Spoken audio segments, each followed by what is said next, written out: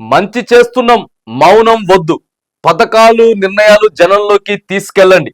CLP meeting లో party నేతలకు CM Revanth సూచనలు. ముఖ్యమంత్రి గారికి ఎన్ని కష్టాలు వచ్చినాయి అంటే మామూలు కష్టాలు కాదు. ముఖ్యమంత్రిగా ప్రమాణ స్వీకారం చేసిన రోజు దగ్గర నుంచి సార్కి బాధలే బాధలు.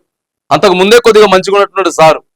ఇటు పక్క సొంత పార్టీ నాయకుల్ని వాళ్ళకి సర్ది చెప్పాలా, వాళ్ళని కాపాడుకోవాలి, ప్రతిపక్షంను ఒక పక్క చూసుకోవాలి. ఇప్పటికే నా సీటు ఊడగొడతా అని చెప్తున్నారు, ప్రభుత్వాన్ని పడగొట్టాలని చూస్తా ఉన్నారు అని చెప్పి అటు ప్రతిపక్ష నాయకుల మీద వ్యాఖ్యలు చేసుకుంటూనే మనం ఎన్నో పథకాలు ఇస్తా ఉన్నాం, ఎన్నో చేస్తా ఉన్నాం. మీరు వాటిని ప్రజల్లోకి తీసుకెళ్లకుండా నాకు మంత్రి పదవి కావాలి, నా తమ్మునికి మంత్రి పదవి కావాలి, ఆయనకి ఎమ్మెల్సీ కావాలి, ఈయనకి కార్పొరేషన్ చైర్మన్ కావాలి, వీటి మీద ఎంతవరకు ముచ్చటే తప్ప ఒక్కరన్నా అమ్మ మనం సన్నబియ్యం ఇస్తున్నాం తల్లి, మనం ఇందిరమ్మ ఇండ్లకి 1,00,000 రూపాయలు వేసినాం తల్లి, నేను వేసిన 1,00,000 కొంతమందికి 1,00,000 రూపాయలు వేసినాం, మనం ఫ్రీ బస్ ఇస్తున్నాం, ఒక్కరు చెప్తలేరు. ఒక్కళ్ళంటే ఒక్కరు కూడా చెప్తలేరు.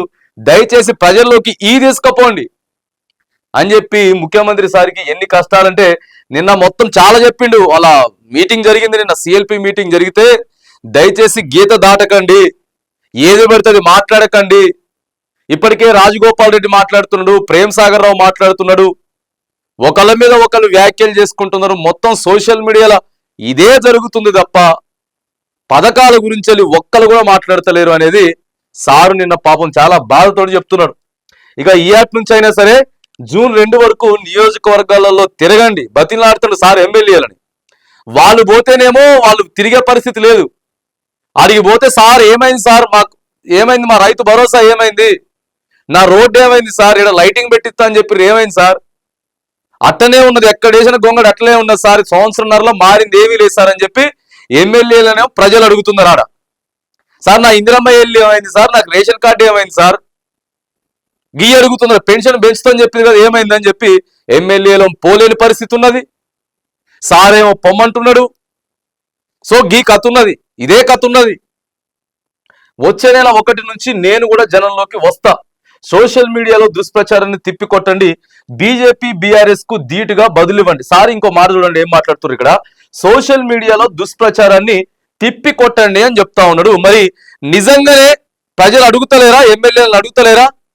ఎమ్మెల్యేలు నియోజకవర్గంలోకి పోతే మాకింతవరకు రైతు బంధు రాలేదు, రేషన్ కార్డు రాలేదు, పెంచిస్తామని చెప్పిన పెన్షన్లు రాలేదు, ఏంది కథ, ఇట్లా అయిపోయింది ఏందని చెప్పి అడుగుతలేరా? గదే కదా సోషల్ మీడియాలో చెప్పేది. దాంట్లో మళ్ళీ దుష్ప్రచారం ఏమున్నది? హైడ్రా వల్ల పేదోళ్ళ ఇండ్లు కూల్చేయలేదా?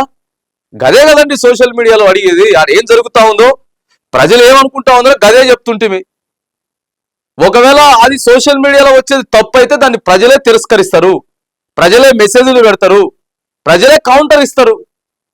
సోషల్ మీడియాలో జరిగేదాన్ని కూడా తిప్పికొట్టండి అని చెప్తున్నారు సారు. కులగణన మోదీ సర్కార్కు మరణ శాపం, అందుకే తెలంగాణ సర్కార్పై ప్రధాని విమర్శలు. పార్టీ లైన్ దాటితే ఎవరిని ఉపేక్షించం, మంత్రివర్గ విస్తరణపై ఎవ్వరూ మాట్లాడొద్దని చెప్పి వార్నింగ్. మరి వాళ్ళు మాట్లాడారు సార్, వాళ్ళు మీ మాట అని మాట్లాడారు. మరి కనీసం మంత్రి పదవుల్ని భర్తీ చేయాలి కదా, ఇప్పటికి సంవత్సరాలు అయిపోయింది కదా, ఎందుకని కీలకమైనటువంటి శాఖలన్నింటినీ కూడా ఖాళీగా పెట్టిండ్రు? ఇవన్నీ ఎవరికి ఉన్నాయి సమాధానాలు? ముఖ్యమంత్రి గారు నేను మీటింగ్ లో మాట్లాడుతా అంటే వాళ్ళ నాయకులకు ఉన్నటువంటి డౌట్సే ఇవన్నీ, వాళ్ళ నాయకులకు ఉన్నటువంటి డౌట్సే. సార్ మరి మంత్రి పదవులు భర్తీ చేయాలి కదా, నియోజకవర్గ లోపంలోకి వెళ్తే ప్రజలు అడుగుతారు కదా, ఎట్లా ఏం చెప్పాలి సార్ అని చెప్పి వాళ్ళకి డౌట్ ఉన్నది. సార్ ముఖ్యమంత్రి సార్ ఏమో వాళ్ళకి చెప్తున్నాడు, ముఖ్యమంత్రి సారు వాళ్ళకి చెప్తున్నాడు. రాష్ట్రంలో సర్కారు కొలువుది 7 కాలంలో ఎన్నో మంచి పనులు చేశామని, ఎన్ని కాకపోయినా కొన్ని మంచి పనులు చేసినా ఎమ్మెల్యేలు చెప్పరు, మంత్రులు చెప్పరు. ఎవరికి వాళ్ళు ఎవరికైనా ఏదైనా పర్సనల్ ఇష్యూ అయితే దాని గురించి మాట్లాడాలి తప్ప రేవంత్ రెడ్డి గారిని ఏమైనా మాట్లాడినా మాట్లాడరు ఎమ్మెల్యేలు. మరి ఎట్లో అర్థం కాదు. అదే మా ముఖ్యమంత్రి గారు ఆయన ఏదన్నంటే కనీసం రెస్పాండ్ అవ్వాలి, మంత్రులు రెస్పాండ్ గారు, వాళ్ళకి ఏదైనా అయితే రెస్పాండ్ అవుతారు, ఎమ్మెల్యేలు రెస్పాండ్ గారు. చేసే చిన్నదైనా సరే ఏదో కొద్దో గొప్ప అయినా సరే చెప్పుకోవాలి కదా. మరి ఎందుకో ఇలా కాంగ్రెస్ పార్టీ ఎమ్మెల్యేలు అంత చురుకుగా ఎక్కడ కనపడతలేరు. మహా అయితే ఇప్పుడు 65 మళ్ళీ 10 మంది దూకిర్రు కదా జంపింగ్లు, మొత్తం 10 అంటే 75 మంది ఉన్నారు. కానీ మొత్తం కొడితే 20 మంది ఉన్నారు యాక్టివ్గా, అంతే. ఓ 20 మందే యాక్టివ్గా ప్రజలతో మాట్లాడగలుగుతున్నారు, కానీ మిగతా వాళ్ళు లేరు. మరి అరే అధికారంలోకి వచ్చిర్రు మీరు, ఎమ్మెల్యేలు యాక్టివ్గా ఉండాలి, ప్రజల్ని చైతన్యవంతులు చేయాలి, ప్రజలకి ఏదో చెప్పేటటువంటి ప్రయత్నాలు చేయాలి, కానీ అవి కూడా పెద్దగా ఎక్కడ లేవు.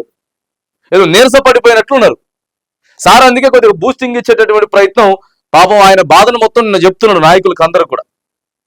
ప్రజల్లోకి తీసుకెళ్లాలని పార్టీ నేతలకు సీఎం రేవంత్ రెడ్డి అని సూచించారు. ఎమ్మెల్యేలు ప్రతి గ్రామంలో పర్యటించేలా కార్యాచరణ చేపట్టాలని అన్నారు. మౌనంగా ఉండొద్దని బీజేపీ బీఆర్ఎస్ పార్టీ నేతలకు ధీటుగా బదులివ్వాలని చెప్పిర్రు. సో ఇక ఇవన్నీ మన బ్రాండు, సన్న బియ్యం, మన పథకం, తర్వాత భూభారతి, ఇందిరమ్మ ఇండ్లు, ఎస్సీ వర్గీకరణ, వీటన్నిటి కూడా ప్రజల్లోకి తీసుకుపోండి అని చెప్పి ఇక ఎమ్మెల్యేలందరినీ కూడా సారు నిన్న మరి రిక్వెస్ట్ చేస్తున్నాడు. ఇక బ్రతిలాడుతున్నట్లే చెప్పుకోవాలి, ఇంకా వినండి దయచేసి, లేక మీరు ఇట్లనే ఉంటే మాత్రానికి మీరు ఏం మాట్లాడుకుంటుంటే మనం ఇంకా ఎక్కువ బదనాం అయిపోతాం. ఇప్పటికే బదనాం అయిపోయినాం. ఏదో కథ చేయకపోయినా కూడా ఏదో మసిపూసి మారడికాయ చేసినట్లు అంత హడావుడి సృష్టించాలా అనేది మాత్రానికి సారు చెప్తున్నాడు. ఎప్పుడైతే పర్ఫెక్ట్ గా ప్రజలకి పథకాలు అందుతాయో అప్పుడు ఎమ్మెల్యేలు బాజాప్తా పోతారు, ఎటువంటి డౌట్ లేకుండా పోతారు. సో అరకొర చిన్న అయ్యి అని అంటే ఖచ్చితంగా ప్రభుత్వంలో లోటుపాట్లు ఉంటాయి. ఎవరైనా సరే వాటిని ఫుల్ఫిల్ చేయలేరు, ఎవరికి 100% న్యాయం చేయలేరు. కానీ అనుకున్నటువంటి స్థాయిలో ఇలా ఎమ్మెల్యేలు ప్రజల్లోకి పోయే అంత స్థాయిలో మాత్రానికి ఇలా పరిపాలన లేదు. ముఖ్యమంత్రి గారు మాత్రానికి మీరు ప్రజల్లోకి వెళ్ళండి, వాళ్ళతోటి మాట్లాడండి అని చెప్పేసి చెప్తా ఉన్నాడు. మరి ఇటు నుంచి వెళ్ళి బయలుదేరుతారట, ఈ రోజు నుంచి వెళ్ళి బయలుదేరుతారు. వచ్చే నెల 1వ తారీఖు నుంచి వెళ్ళి నేను కూడా వస్తా, ప్రజలతోటి మనం అందరం మాట్లాడదాం, వాళ్ళకి అర్థమయ్యేటట్టు చెప్దాం అని చెప్పేసి మాత్రానికి మరి సార్ అయితే నిన్న జరిగినటువంటి వాళ్ళ మీటింగ్ లో చర్చించిండు. మరి ఎట్లా ఎమ్మెల్యేలు పోతారు, ప్రజలు ఏమడుగుతారు అనేది కూడా చూడాలి.